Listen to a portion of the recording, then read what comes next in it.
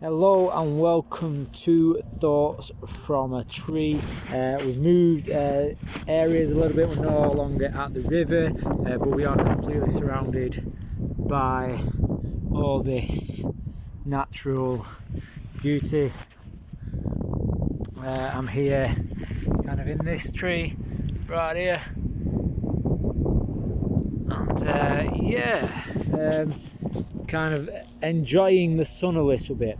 So talking about the sun, we're clearly going to do circadian rhythm roundup, just following on from what we've been talking about this week, all the circadian rhythm lessons. As you probably already noticed, I wing every single one of these little vlogs, little talks. Got an idea in my head of what I'm going to go for, and then it's just kind of whatever thoughts pop into my head and come out of my mouth. And so if we think about the circadian rhythm, I'm just going to pop my glove back on, it's freezing. Let's see if I can do this without dropping the phone. There we go, kind of works.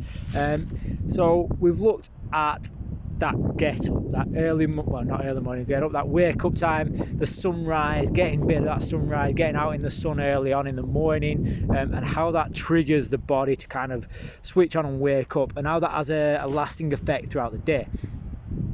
We also looked at kind of getting that breakfast in the morning. So, you want to kind of eat pretty decent in the morning. Don't get me wrong, I have no problems with fasting, and there's a few ways of doing fasting. You can kind of eat in the evening and then not eat until the next evening. You can eat breakfast in the morning, skip lunch, and have tea, or you can even miss tea. There's plenty of ways to do that, but kind of talking this circadian rhythm style, eating that breakfast and a decent breakfast, and keeping the carbs down, so the sugar loading down, if you will. So that's kind of the circadian morning. We've got the water intake there, and just getting that sunlight. We then move on and we look at kind of that lunchtime sunlight. So we discussed that because the sun is not at its strongest right now, because it is so cold, it doesn't have that bad of an effect on the skin, or it's not as dangerous right now. So it has a similar effect as the morning sun in the summer would have. So you can get out in it now, get some skin out, show some skin to the sun, and it starts to tone the skin up and trains it to be able to withstand the sun when it gets to summer, so you can get more chance of getting all the good sides of the sun in the midday, so you can get all those vitamin D aiding factors from the sun. And then kind of looking towards the evening, so if we skip all of the afternoon, I'll come to that in a second, and we'll look at the evening, it's mitigating the screen time, so the artificial light. So basically anything that we invented, kind of lowering that level. Now, kind of fires and flames, they're not too bad. They do have some sort of kind of keeping you awake level, but because of there's no blue light in it, it's very good. It's basically just orange red light, so there's not too much artificial factors that are going to really make you stand awake. And that is your kind of circadian rhythm in a very simplified fashion. And I'm not going to say that, right, start doing this and you're going to feel amazing straight away. I'm not going to say it's going to heal any condition that you've got. But if you start kind of living to those standards kind of 80% of the time, then, it's going to have a major effect on your kind of well-being, and it's going to start adding on and playing into other aspects of your health. So you'll start looking towards other things and maybe doing other things naturally. The roundup today that I'm going to look at is those other parts of the day. So when you're living in circadian rhythm, it's not just that morning sun and that nighttime darkness, although they're kind of the switch on and switch off factors. It's kind of looking at key points in the day. So right now we're talking, what time is it? About 11ish, I don't know why I'm asking you guys. You could be watching this at any time. It's about 11ish. So kind of this is the part of the day, 10 to 11, where it's almost a planning part of the day. So it's a very good time to get things written down, plan for either the rest of the day or plan for maybe the week. Wherever you're doing it, it's just a good time for you to get things down, written and plan. We then look to our kind of midday, 12ish, 1ish, and these are the times of day where your reaction times will be going up. And I think 12ish, 1ish, and then I think it's coordination patterns. The best coordination patterns coming in like early afternoon, so around 2 or 3. So that type of day could be the time when you're doing some form of skill-based exercise. So if you type of person, like I'm a bit, don't do massive workouts, like hour-long workouts, but I might do little bites every so often throughout the day, then this could be a part of the time where you do something more skill-based, so learning-based.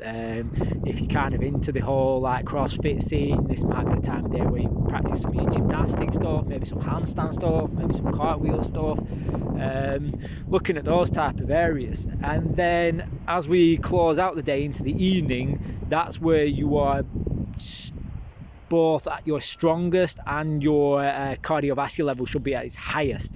So you'll be looking at going out and doing a main session there. So if you were doing some strength training, you do it there. If you wanted to go for a decent run, you do it there. So that's where you're going to get the best aspect of that. Now that's not saying you can't do it at any other time of the day. That's just your optimum time of day to be doing those things.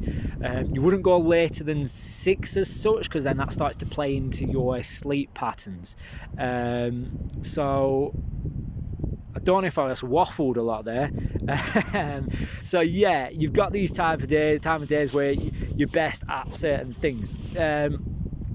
Also within your circadian rhythm, you got the type of days where you're most likely to experience certain things. So first thing in the morning, you're going to get your highest blood pressure. Last thing at night, you should be at your lowest blood pressure. Also, you know, you like your morning toilet trip and your evening toilet trip. There's a reason for those. That is part of circadian rhythm.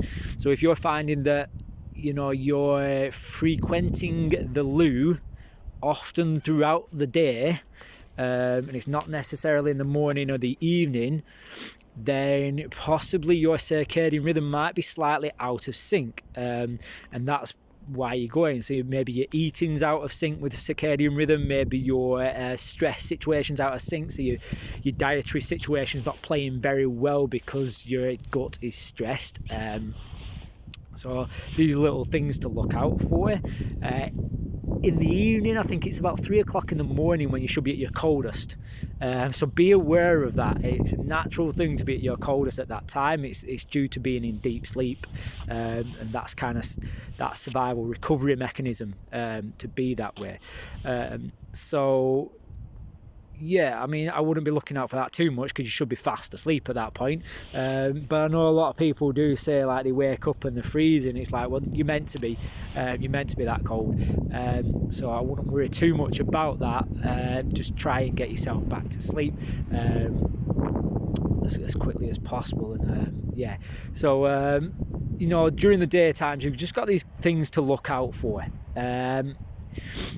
So we finish off with stuff that you do straight away. So if I could offer you 2 things to do over the weekend and start to put into place, is get up and get some sunlight first thing. So get up, open the front door, get outside. Doesn't matter if it's glorious sunshine, just try and get sun for them. If you wear glasses, take your glasses off when you're outside, and take that sun through your eyes, okay? So get that sunlight in and try and spend as much time as you can getting that sunlight in the morning. And then the second thing to do is just limit the evening screen time. So especially late on, don't go to bed and start scrolling through your phone. There's so many negative aspects of that. you know, from the actual light coming into your face, and also the stress factors of seeing so many things, even if it's not horrible things like that you get on the news, even if it's just normal information. It's too much information for the brain to be taken in just before bed. So try and limit that as much as possible. So there are your two things. I'm sorry if that seemed to be a waffle, but I hope I got some good points across, and we'll get on to a new subject next week. I'm going to look at maybe kind of restoration next week, so kind of building on from this in the circadian rhythm and looking at other aspects of restoring the body. That is 10 minutes that I've just talked for. That is quite amazing. I'm probably going to go and talk to myself even more as I wander around the forest. Have a good weekend, and hope this helped.